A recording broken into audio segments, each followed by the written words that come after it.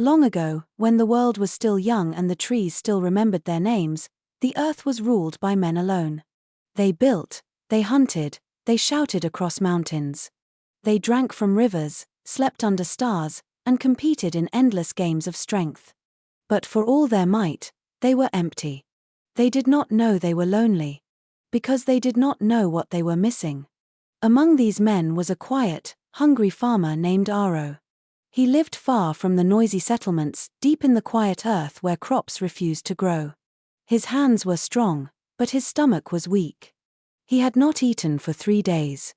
One hot afternoon, Aro spotted something crawling slowly across his cracked field, a tortoise, fat and ancient. His eyes lit up. "Food," he whispered, trembling with excitement. He rushed toward it, knife in hand. But just as he lifted the blade, the tortoise spoke. "Spare me, farmer. Spare me, and I will give you what no king possesses. Something sweeter than honey. Softer than feathers. More dangerous than a lion." Aro blinked. What could be sweeter than food when I'm starving? The tortoise smiled, slow and wise. "What I will give you, no man has ever had. It is a gift that will change the world." Against all logic, Aro stepped back and put down the knife. The tortoise bowed once, then crawled into a nearby hole in the earth. He disappeared for a full day and night. When he returned, he was not alone. Behind him stood a being unlike anything Aro had ever seen. She was shaped like a secret. She walked like rhythm. Her eyes glowed with laughter and danger. "This is Oberyn," the tortoise said. "She is woman. She is the missing piece.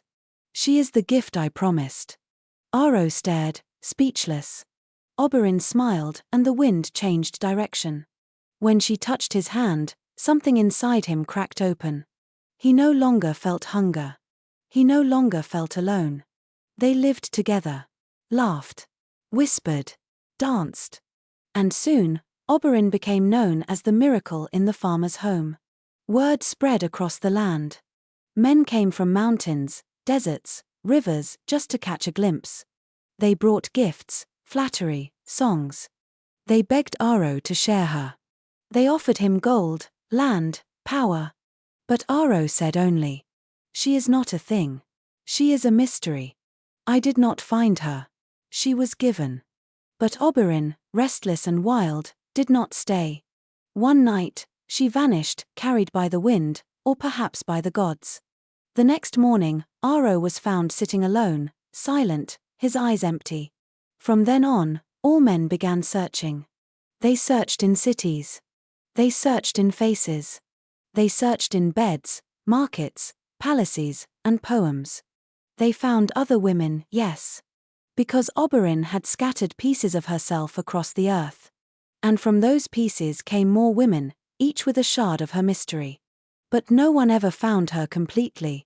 Broken heart, and that is why, to this very day, men chase different women, not always out of lust, but because they are still searching for Oberyn. The first woman, the untouchable sweetness. The one who was given, not found. Even the wealthiest, the strongest, the most faithful men sometimes feel the pull. Not because they are bad, but because they remember the taste of a gift that cannot be owned. And when a man is asked, "Why do you keep looking?" he will not know how to answer. But deep down, his bones remember that starving farmer. And the woman sweeter than honey, who turned the world upside down.